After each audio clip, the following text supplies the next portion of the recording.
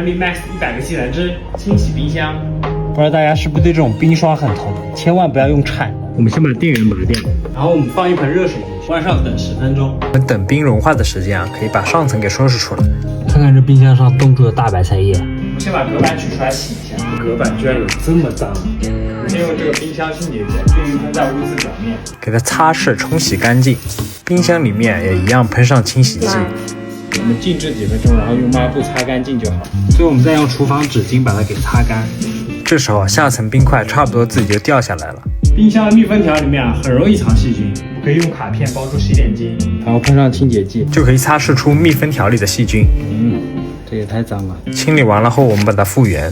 最后我们可以把这个冰箱储味盒放在冰箱里面，达到长期储味的效果。